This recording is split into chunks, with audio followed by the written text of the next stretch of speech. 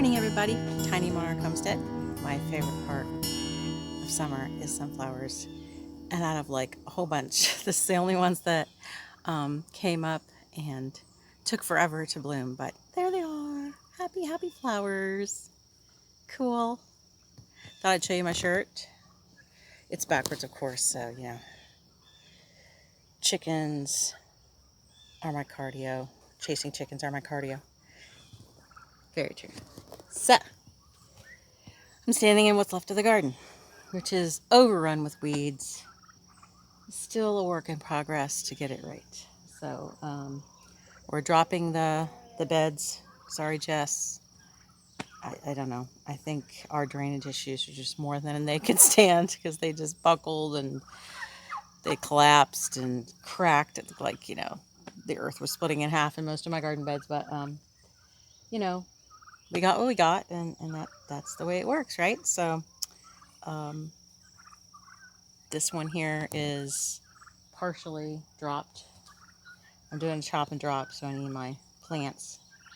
I'm just kind of chopping and dropping, and then we're going to pull the tractor through with some light tilling just to get things, when we amend everything, and then we'll cover it, kill off any weeds that are in here, and bugs and all that stuff. So yeah, cucumbers are still there. I pulled all my green beans out, dried some, took what I could. They were looking pretty sad, brown, yuck. I still have sweet potatoes and potatoes. These weren't the best in the world as far as the location or the container, but that's what we had time. The okra's going crazy. There's some blooms coming on. I've only gotten one okra, so I'm hoping that, this is just the time of year that this burgundy okra comes about. I'm watching the bugs because I've got the holies in there. All the squash that we had just didn't do very well. It didn't ripen up or get very big, but that one's got one on it. But the zucchini and yellow squash, just total bust in this container. So, yeah. And come back here. The green beans have started, the peppers have started to get huge and flower. I don't know. All of a sudden. So maybe that's the time of the year I need to have them. Buried in here is one of the peppers plants, a couple of pepper plants that we put in here that we transplanted by the tomatoes. They weren't doing well, so I'm gonna have to pull those out because we want to winterize those and carry them into next year. Got some of that burgundy basil down in there too. I've got a big plant up on the porch in a pot, so I'm gonna transplant some of that, see if that'll work. But yeah, lots of pepper plants in here, still some blooms on them. But I've cleared out all of my pots. I've still got tomatoes on the vine, slowly to ripen. I know they look pretty scary in there, but that's what's left. And again, like I said, all of these beds are going to be dropped, and we're going to make an effort to do it in the ground this time again. If you have any doubt about our drainage problems, this is just the tip of the iceberg. Yeah. And see that buckling? Yeah, Jess. Terrible, I know.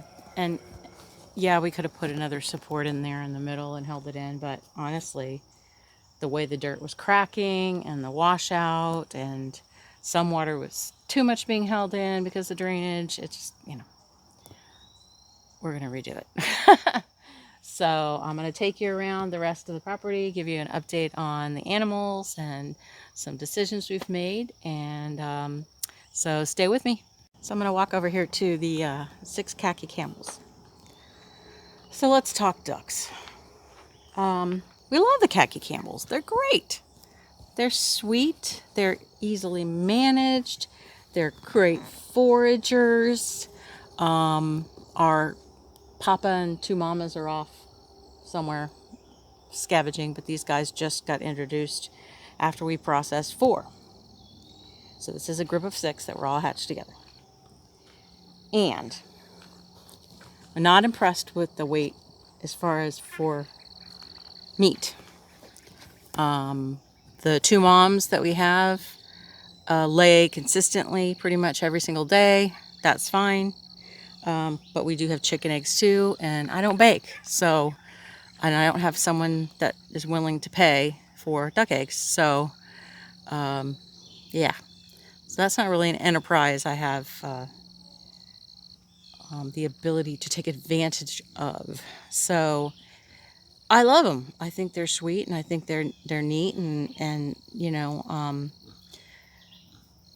but there, as far as meat goes, so far those first 4 birds, which we let go out past 7 weeks, probably even past 14 weeks, because 2 of them were hatched at one date and 2 of them were hatched at another date. So there were 2 different dates we were dealing with within a couple of, you know, weeks time, I think.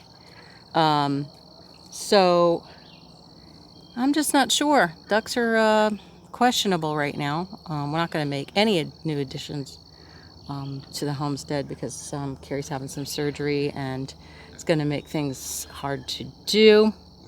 We're just going to get by on making sure that our pigs grow out the rest of the way and our turkeys grow out the rest of the way, and we will go from there. These ducks, nothing's going to go on with them until the turkeys. So we also tried wax when we processed, which didn't work. I don't know if it was the type of wax.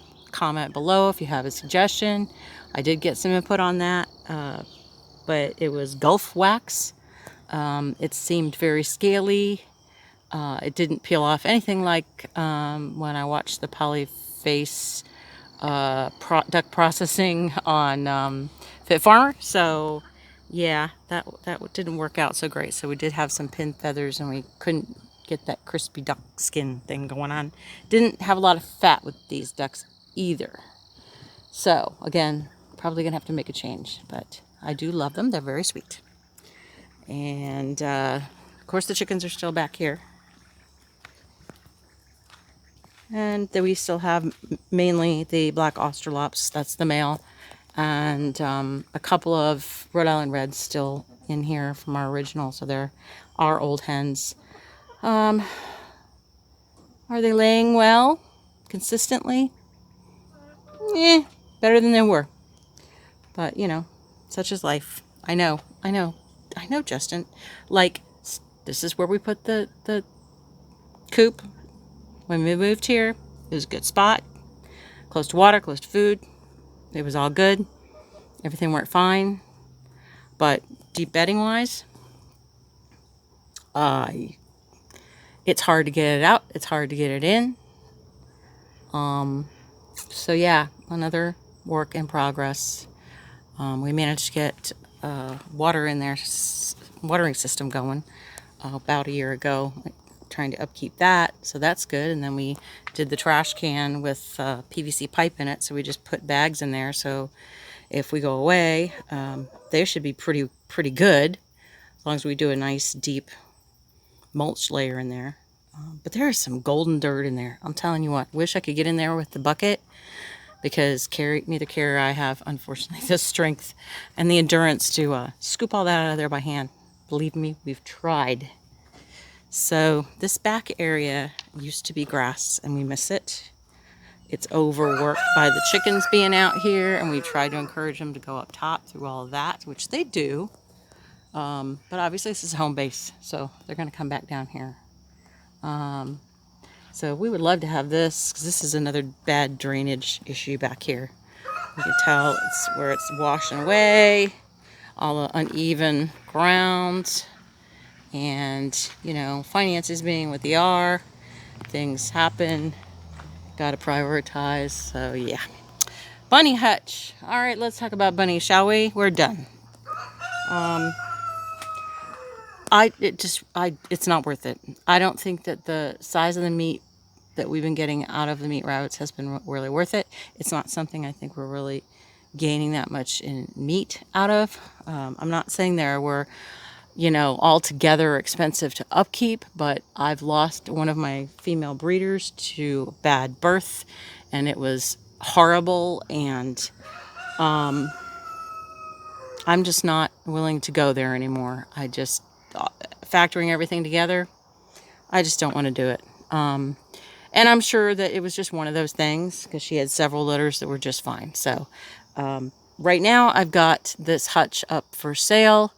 Yeah, it's used. And I mean, a pressure washer, it'd probably be just fine. It's very sturdy.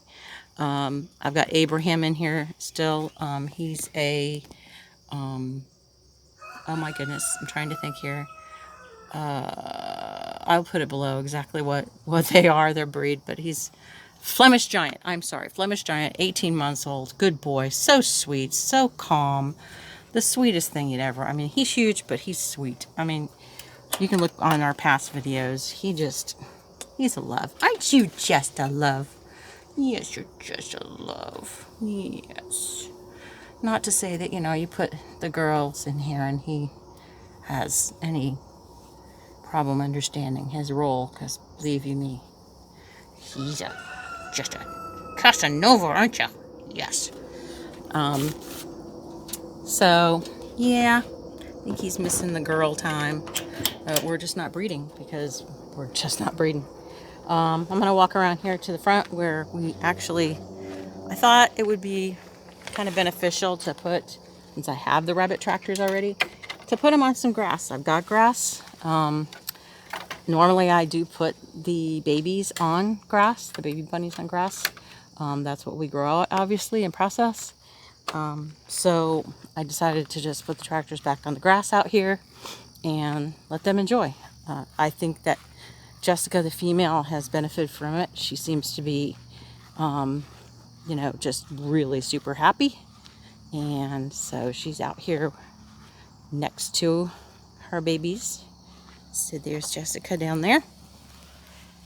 And she is a Norwegian Callie mix, 18 months old also. Hi, sweetheart. And so she's also for sale. This is a package deal. I'm not really willing. I mean, I might sell the babies separately, and no, I haven't sexed them. I don't know how to do that. But the tractors are also for sale. They're sturdy. All the, waters and the feeders and all that's for sale too. And I know YouTube's probably going to have enough of it, but whatever. And so this tractor's a little different. I asked my husband to split the lid for me because it can get really heavy. And I only had one propping stick. So it's kind of nice. And so here's the babies. These babies are coming up on 7 weeks old. So, and yes, these are all Jessica's 3. So there they are, enjoying life out here onto grass, aren't you? Yes, you are. So that updates that. And last but not least is the turkeys.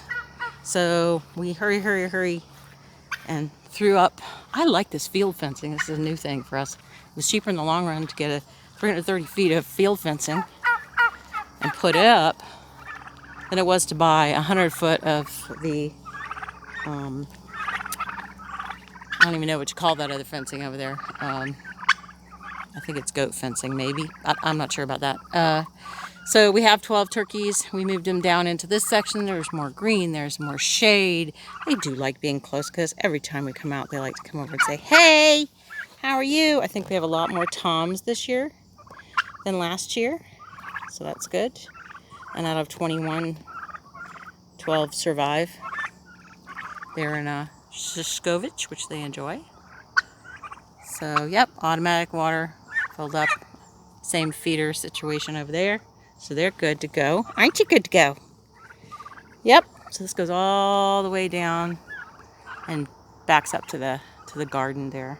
So we've got all this up top that we would like to seed.